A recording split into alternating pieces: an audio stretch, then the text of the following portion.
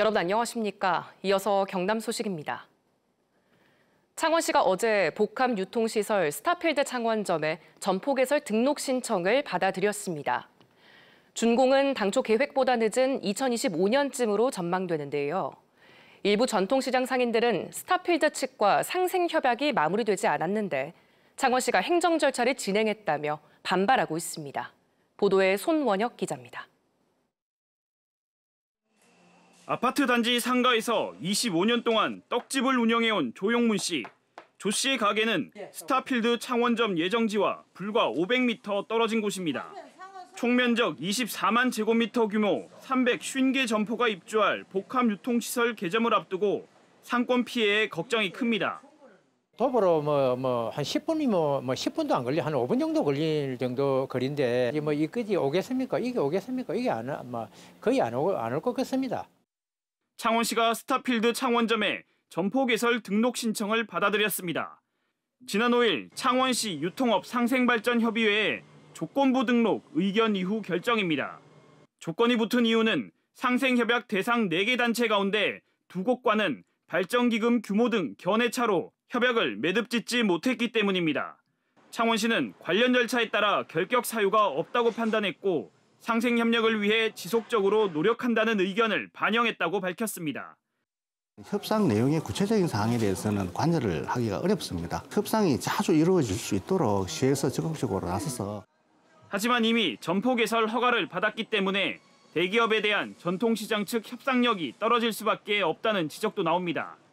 창원시가 조금 책임감 있으시게 로드맵을 좀 그리셔가지고 계속해서 상생협약을 맺을 수 있게끔 테이블화를 시키신 게 가장 좋은 방법이라고 생각을 합니다. 2021년 12월 착공한 스타필드 창원점의 공정률은 현재 3-4% 정도, 준공은 계획보다 늦어진 2025년 말쯤입니다. 복합 유통시설 입점에 맞춰 2,000명 이상 고용 효과와 지역 상권 상생이라는 약속이 이루어질지는 좀 더 지켜봐야 합니다. KBS 뉴스 손원혁입니다. 우주항공청 특별법을 두고 국회 국정감사에서도 여야가 충돌했습니다. 정부와 여당은 연구개발 기능이 없는 우주항공청은 사무국에 불과해 절대 불가하다는 입장이고 야당은 연구개발 기능은 대전에 두는 것으로 충분하다고 맞섰습니다. 천연수 기자가 보도합니다. 우주항공청 특별법에서 여야가 합의하지 못한 가장 큰 부분은 연구개발 기능 여부입니다. 사천에 들어설 우주항공청이 연구개발을 할 경우 대전에 있는 항공우주연구원과 천문연구원의 기능이 위축될 것이란 우려 때문입니다. 하영재 의원은 사천과 대전에 연구개발 기능이 충돌할 수 있는지 따져 물었습니다. 우주항공청이 생겨가지고 항우연과 천문연의 연구 영역을 절대 축소시키지 않을 것이다라고 하는 좀 확실한 답변을 요구를 하고 있습니다.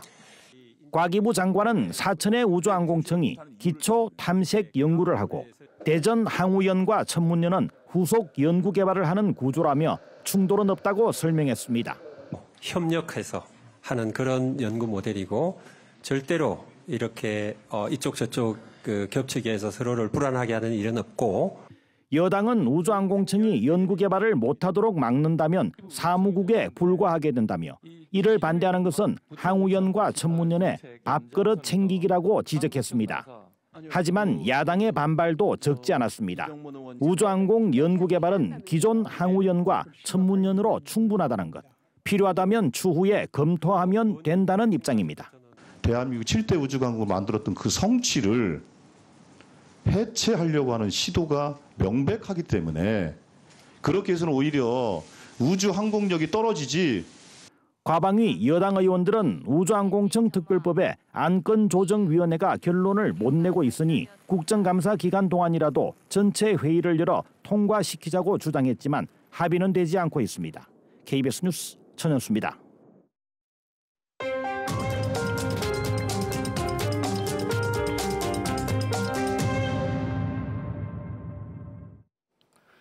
추석 연휴를 앞두고 노동자 2명의 목숨을 앗아간 김해 진영 오수관 사고.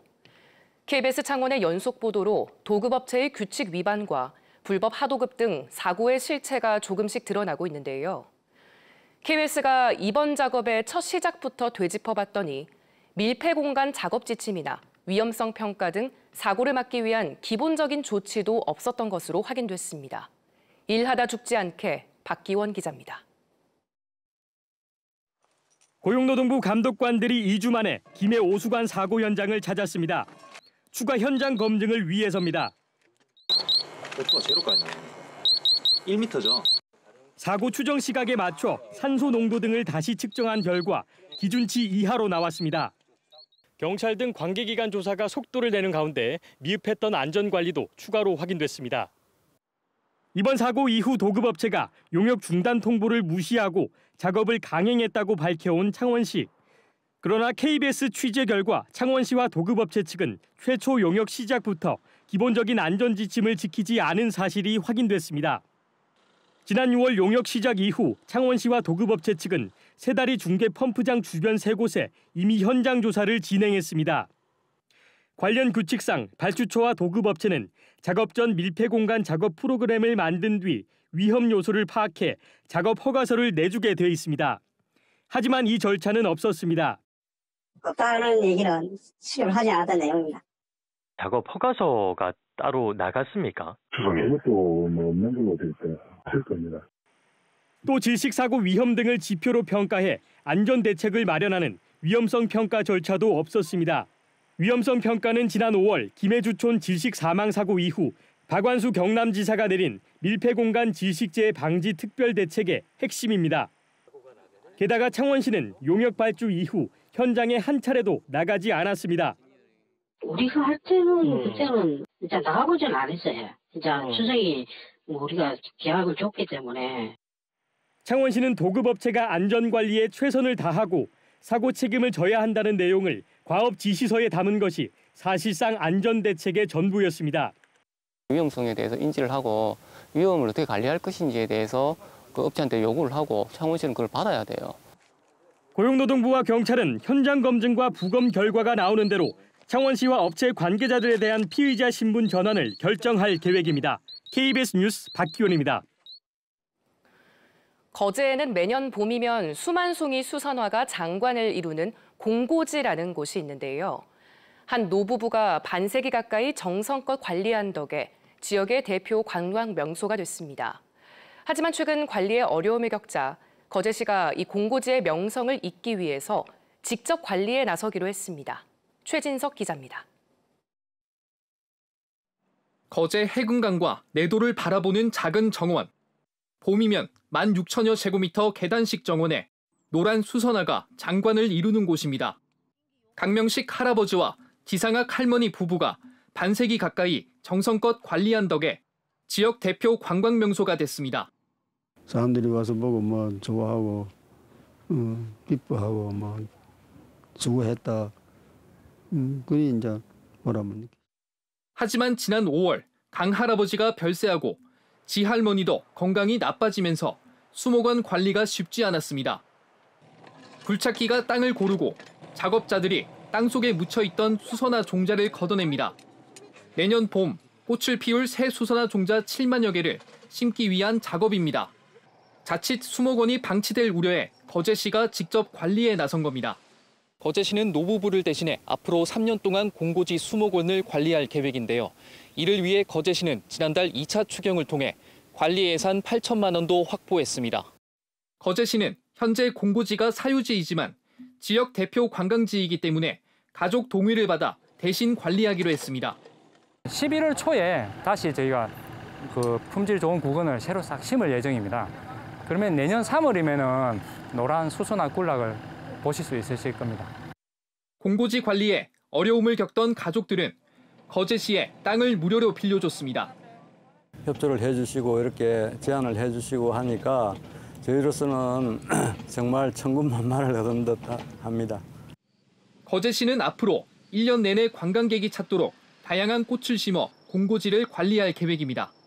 KBS 뉴스 최진석입니다. 오늘도 맑은 하늘 아래 완연한 가을을 느낄 수 있겠습니다. 다만 내륙을 중심으로 큰 일교차를 유의하셔야겠는데요. 현재 기온 함양이 10도, 거창이 8도를 보이는 등 어제보다 조금 낮게 출발하는 아침이고요. 한낮에는 23도 안팎으로 어제와 비슷하겠습니다. 당분간 예년 이맘때 수준의 기온을 보이면서 깊어지는 가을을 만끽할 수 있겠는데요. 다만 낮과 밤의 기온차가 10도 안팎으로 크겠으니 환절기 건강관리에 유의해 주셔야겠습니다. 위성 영상 살펴보시면 오늘 우리 지역은 고기압의 가장자리에서 막다가 밤부터 차차 구름 많아지겠습니다. 자세한 지역별 기온 살펴보겠습니다. 현재 기온 창원이 15도, 창녕이 12도를 보이고 있습니다. 한낮에는 창원이 23도, 의령이 24도로 예년 이맘때 가을 날씨를 보이겠습니다. 서부 지역도 진주가 12도, 합천이 10도로 출발하는 아침이고요. 한낮에는 진주가 23도, 거창 22도 예상됩니다. 바다의 물결은 먼바다를 중심으로 최고 2m로 비교적 잔잔하게 일겠습니다.